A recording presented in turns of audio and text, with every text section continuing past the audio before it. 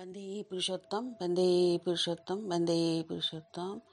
পরম দয়াল শ্রী শ্রী ঠাকুর অনুকূলচন্দ্র রাতুল চরণে আমার কোটি কোটি প্রণাম। পরমাধ্যা জগৎজনে শ্রী বড়মার রাতুল চরণে আমার কোটি কোটি প্রণাম। ইষ্ট পরিবারের সকলের চরণে প্রণাম জানাই। তো আমার প্রিয় সকল ইষ্টপ্রাণ দাদা মায়েদের আনন্দিত জয়গুরু অন্তরের থেকে আমি এখানে ঠাকুরের একটি বাণী পড়ছি। তো আরম্ভ করছি। আমি যা যা বলেছি তা তোমরা করলে না, বিশেষ জোর দিয়ে যা বলেছি বিশেষ শৈথিল্যের সাথে সেইগুলিকে অবজ্ঞা করেছ। এই উদ্যমহারা শ্রদ্ধা ও নিষ্ঠাহারা শাশ্বত জীবন নিয়ে একটা ভক্ত অভিনবেশী অনুচলনে নিথর উচ্ছল তৃপ্তি নিয়ে বসে আছো, বেশ দিন কাটছে। এটা কিন্তু তোমাদের পক্ষে, ভারতের পক্ষে, ভারত কেন পৃথিবীর পক্ষে সাংঘাতিক সংঘাত সৃষ্টি করছে। শৈথিল্য পরিভূত অপটু জীবন নিয়ে সবার কাছে অপটু যাজনে যে বোধনার সৃষ্টি করছ, যে কৃতি অনুচলনের উদাহরণ দিয়ে চলেছ, তাতে কিছুদিন পরে তোমরা থাকবে কিনা সন্দেহ বিপাক সৃষ্টি করে থাকে। জীবনকে খরবই করে তোলে সমাজ, পরিবেশ ও শাসন সংস্থা।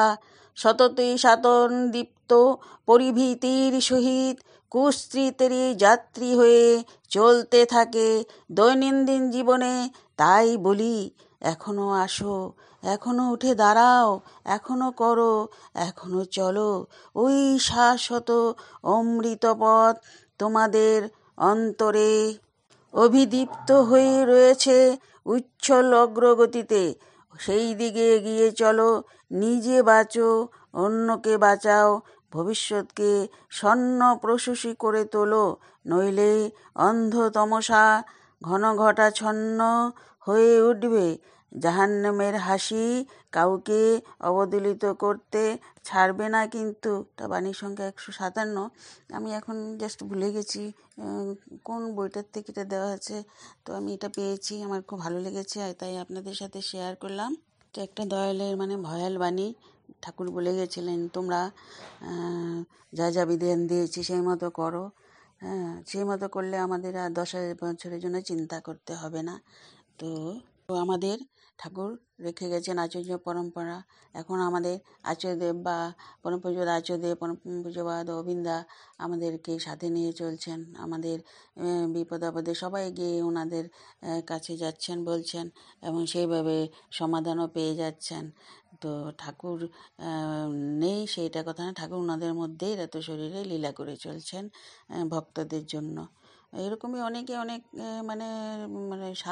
পেয়েছে যে ওদের জীবনের সমস্যা সমাধান। তো জয়গুরু, সবাই ভালো থাকেন, সুস্থ থাকেন, সর্বাঙ্গ মঙ্গল হোক।